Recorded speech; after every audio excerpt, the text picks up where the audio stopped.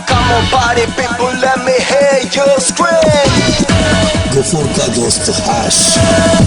എന്റെ പഹയ ഇഞ്ചി നമ്മള് ഞെട്ടിച്ചു കളഞ്ഞില്ല. നമ്മൾ പറഞ്ഞു വരുന്ന ഫഹദ് ഫാസിലിന്റെ കാര്യാട്ടാ. നസ്രിയ എന്ന മൊഞ്ചത്തിനെ കല്യാണം കഴിക്കാൻ പോവല്ലേ. ഫഹദ് ഫാസിൽ നസ്രിയനെ കല്യാണം കഴിക്കാൻ പോവാണെന്ന് കേട്ടപ്പോ നമ്മുടെ നാട്ടിലെ പല മൊഞ്ചന്മാരുടെയും നെഞ്ചു തകർന്നു പോയിട്ടുണ്ട്. എന്തായാലും ഈ ഒരു കല്യാണ വാർത്ത കൊണ്ട് ഫേസ്ബുക്കുകാർക്കും ചാനലുകാർക്കും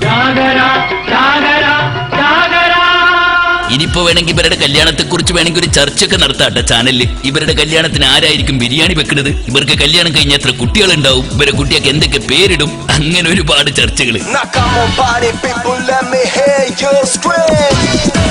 ഗഫൂർക്ക ദോസ്ത് ഹാഷ്.